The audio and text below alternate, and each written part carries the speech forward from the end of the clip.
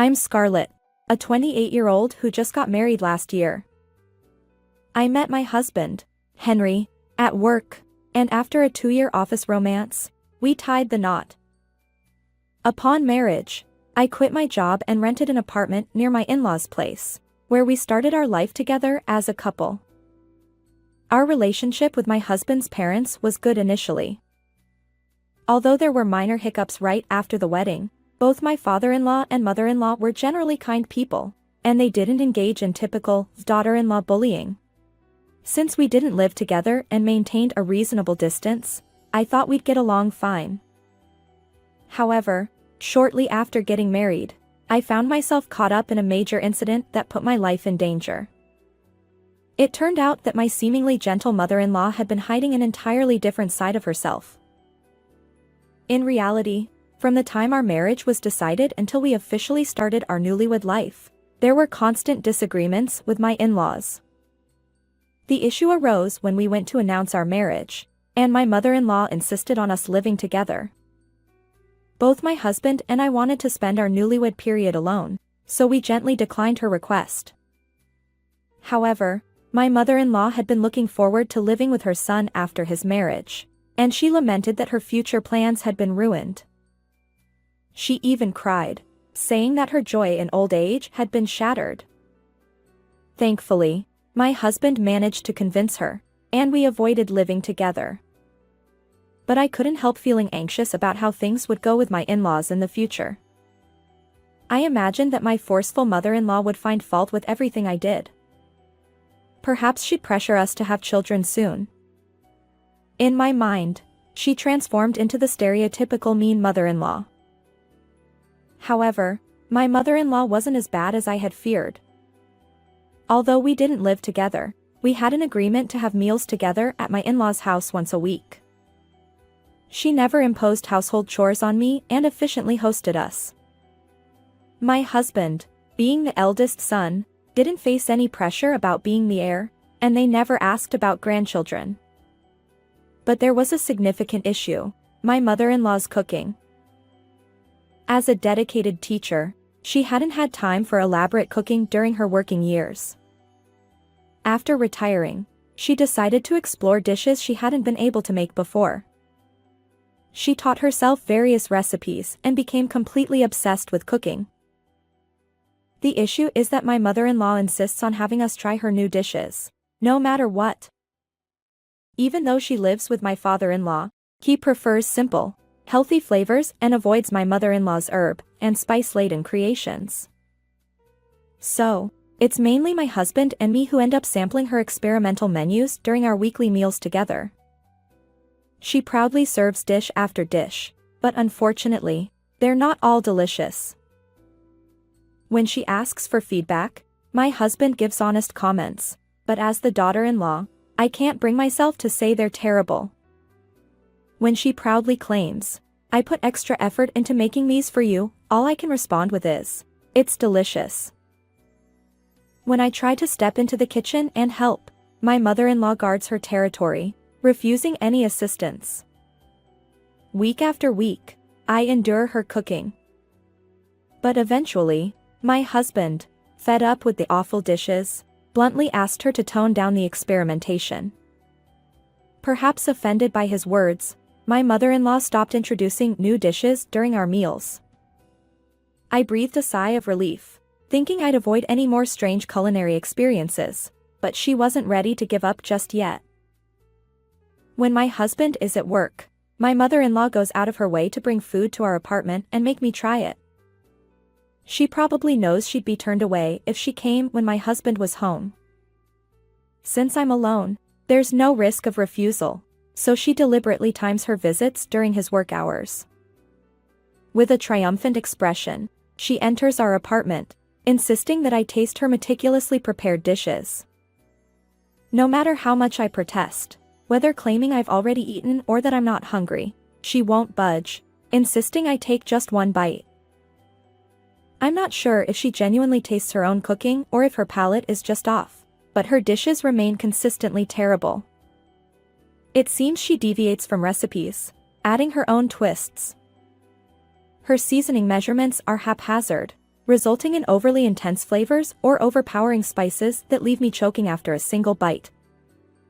I wish she'd stick to the recipe, but perhaps she's overly confident in her culinary skills.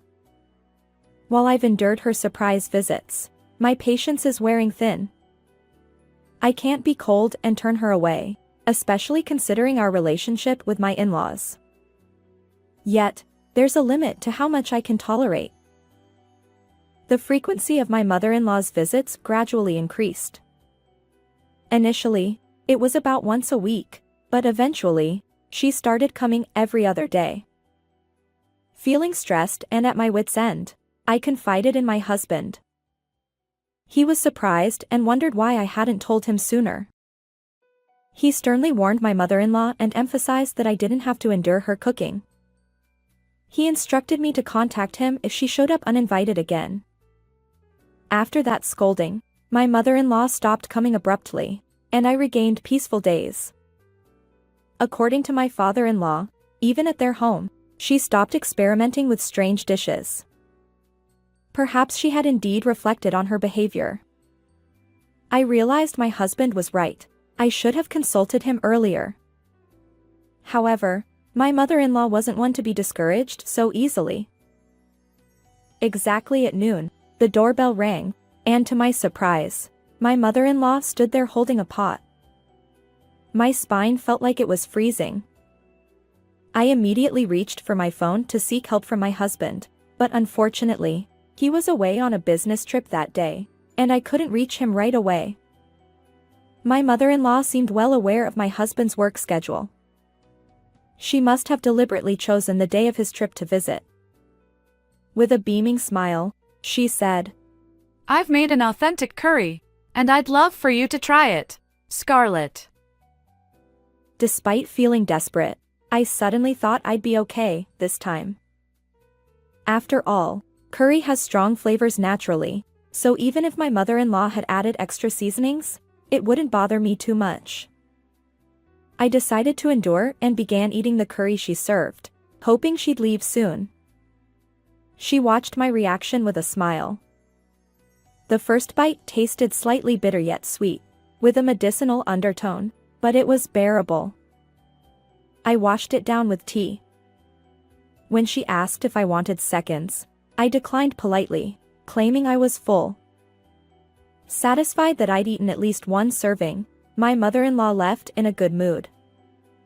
Being caught off guard by weird curry was better than enduring hours of shouting after resisting. Little did I know that I'd deeply regret sympathizing with my mother-in-law later. That evening, while shopping at the supermarket, I suddenly felt breathless and collapsed right there. I couldn't stand up straight, swaying with dizziness, and my limbs went numb. People around me noticed and called a store employee. My memory ends there.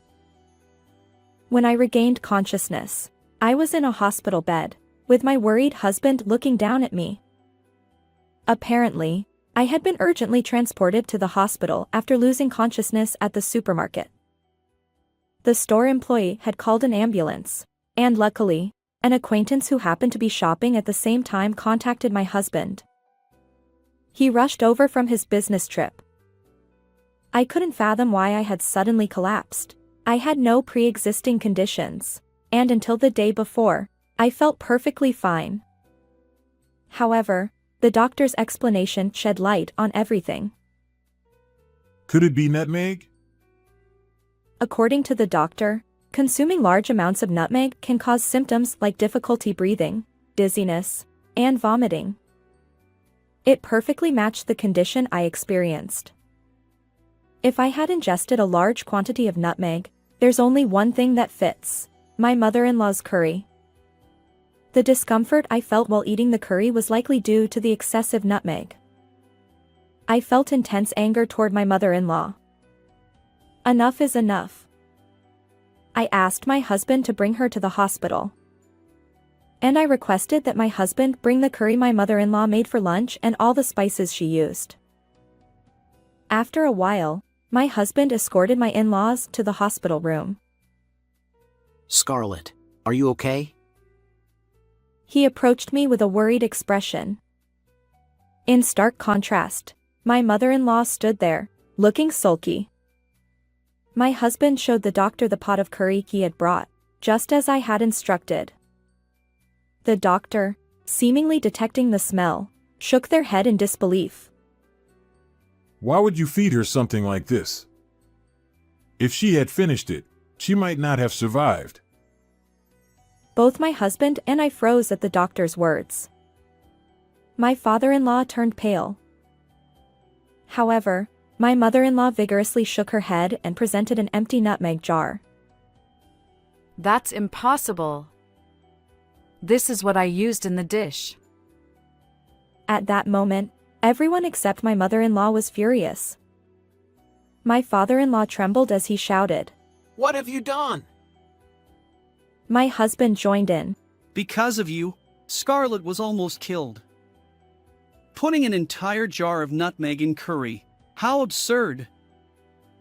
He lunged at my mother-in-law, but she deftly evaded his grasp. Oh, come on. It was just a little too much spice. No need to get so worked up. She pursed her lips, showing no signs of remorse. The doctor then explained in detail about the toxicity of nutmeg.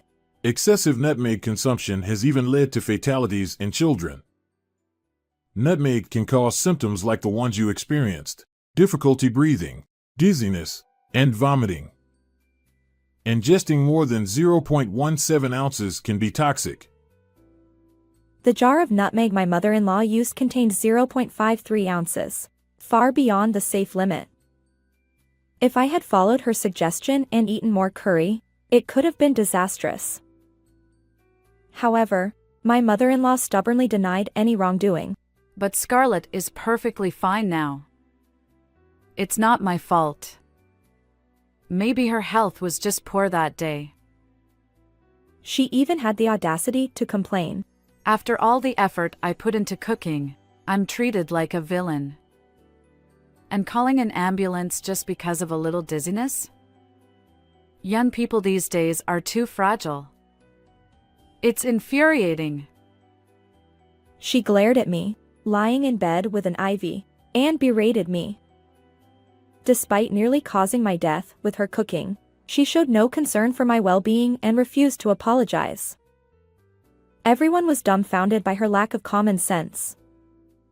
It seemed futile to say anything more. In the midst of our collective exasperation, my husband sighed and said, Enough. It's too dangerous to be near you. We're moving far away. My mother-in-law, wide-eyed, exclaimed, Moving? Why? My husband, frustrated, replied, Why? It's obvious. Scarlett's life was at risk, and you haven't shown any remorse. We need to escape before something worse happens. His words resonated with me. I wholeheartedly agreed. We needed to distance ourselves from my mother-in-law before it was too late. Then, my mother-in-law muttered, her shoulders trembling. How could you, Henry? I thought we'd be living together soon. I was dumbfounded by her words. It turned out my mother-in-law had intended to move in with us. Living together and being served poisonous meals every day, no number of lives would be enough to endure that.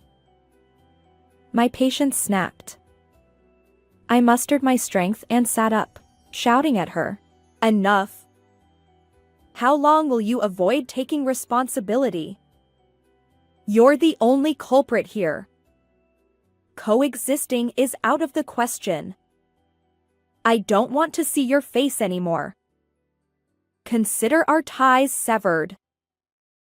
My forceful words surprised my mother-in-law. Scarlett, please. Can't you forgive me? She approached my bed, seemingly trying to appease me, but my father-in-law intervened, grabbing her arm. She was then dragged out of the room. Fortunately, I recovered smoothly and was discharged from the hospital 2 days after being admitted. While I was in the hospital, My husband diligently prepared for our move, and as soon as I was out, we relocated to an apartment near his workplace. Later, I learned from my father-in-law that my mother-in-law genuinely believed that adding copious amounts of nutmeg would improve the taste. Apparently, she thought all those questionable dishes she'd served were made with love. Knowing that my mother-in-law didn't harbor murderous intent initially brought some relief, but her one-sided affection had become a nuisance. Moreover, her lack of remorse, even after my hospitalization due to her cooking, disqualified her from ever stepping foot in the kitchen again. Ultimately, it seems I was merely her convenient taste tester for poison. Cutting ties with her was definitely the right decision. After settling into our new place, my father-in-law visited our apartment to apologize once more. He hadn't eaten much of my mother-in-law's cooking, so he was unaware of how terrible it tasted. He expressed his intention to prevent any further harm by ensuring my mother-in-law never cooked again. In reality, she hasn't set foot in the kitchen since that incident. Losing her only hobby has left her quite despondent, but it's a consequence of her own actions. I'm glad to hear that despite the early troubles in my marriage, there was a joyful event 6 months after moving to my new home. I became pregnant. Both my husband and I had been eager for a child, and when the pregnancy was confirmed, we celebrated together. My father-in-law is also looking forward to the grandchild's arrival. Moving forward, I hope to enjoy a peaceful life with my husband and our baby. How was this story for you? And thank you for considering subscribing to our channel. Let's meet again in the next video.